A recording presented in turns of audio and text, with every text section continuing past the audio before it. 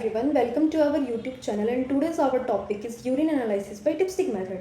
Urine analysis हम perform करते हैं यूरिन में सब्सटेंसेस और सेलुलर कंपोनेंट्स को डिटेक्ट करने के लिए जो कि एसोसिएटेड होते हैं हमारे रीनल डिसफंक्शन से, मेटाबॉलिक डिसऑर्डर से और यूटीआई से। इन दोनों केस में हमारे यूरिन में कुछ अननेसेसरी सब्सटेंसेस आने लगते हैं जिसको डिटेक्ट करने के लिए हम यूरिन रूटीनल माइक्रोस्कोपी को परफॉर्म करते हैं। First we perform the sample collection. In sample we needed a first voided urine. First voided urine चाहिए होता है, सुबह का पहला यूरिन हमें चाहिए होता है for the urine routine microscopy. In laboratory we perform urine analysis in 3 steps. First one is physical, second one is chemical and third is microscopy. Okay. In physical examination we check the volume, the color and turbidity in the urine. Okay. हम volume check करेंगे, colour check करेंगे जो कि pale yellow होना चाहिए और turbidity present है या नहीं है। Urine should be clear not turbid. ठीक है, ये तीनों चेक हम करेंगे फिजिकल एग्जामिनेशन में। Now we will perform the chemical analysis of urine with the dipstick method.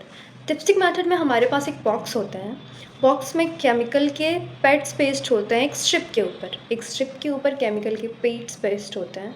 Box के ऊपर एक कलर चार्ट होता है। ठीक है, अब देखो हम क्या करते हैं, यूरिन के कंटेनर में स्ट्रिप को डिप करेंगे जहाँ तक कि केमिकल का पैड पेस्ट है।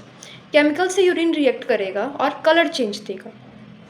यूरिन ने रिएक्ट करा केमिकल से और कलर चेंज दिया। ठीक है, कलर चेंज के बेसिस पे हम कन्फर्मेटरी टेस्ट करते हैं। If confirmatory test is also positive then we give the final result. Dipstick method की हेल्प से हम स्पेसिफिक ग्रेविटी को एनालाइज करते हैं। स्पेसिफिक ग्रेविटी क्या है, यूरिन कितना कंसनट्रेटेड है या कितना डाइल्यूएंट है वो हम मेज़र करते हैं स्पेसिफिक ग्रेविटी के थ्रू। ठीक है, if urine is too much concentrated it means कि रीनल फिल्ट्रेशन अच्छे से नहीं हो रहा है, किडनी अच्छे से फिल्ट्रेशन परफॉर्म नहीं कर रहा है। अगर urine is too much diluent it means कि हाइड्रेशन है, एक्सेस हाइड्रेशन है। ओके, और भी बहुत से रीज़न होते हैं स्पेसिफिक ग्रेविटी हाई और लो होने का। Second thing is pH. Urine का पीएच मेनली एसिडिक होना चाहिए। It could be between 4.5 to 8 क्योंकि हमारे डाइट के बेसिस पे भी वेरी करता है। मेडिसिन अगर हम इंटेक कर रहे हैं वो भी इसको चेंज करता है। Third thing is protein. Normally urine में प्रोटीन प्रेजेंट नहीं होता है। If protein is present it means you have protein urea. Renal dysfunction के केस में प्रोटीन यूरिन में आ जाता है। इट मीन्स कि जो किडनी है वो अच्छे से फिल्ट्रेशन नहीं कर पा रही। Is blood. In dipstick method blood should be negative. अगर ब्लड आपके डिपस्टिक में शो कर रहा है it means you have internal bleeding. और भी बहुत सारे रीज़न होते हैं ब्लड शो करने के।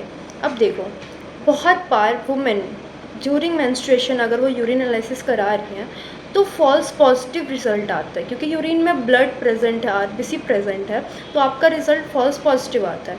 तो या तो आप टेक्नीशियन को इन्फॉर्म करो या डॉक्टर को इन्फॉर्म करो कि आपने जो सैंपल दिया है वो ड्यूरिंग मेंस्ट्रुएशन दिया है। One is ketone. Ketone should be negative in our urine. If ketone is present it shows ketonuria.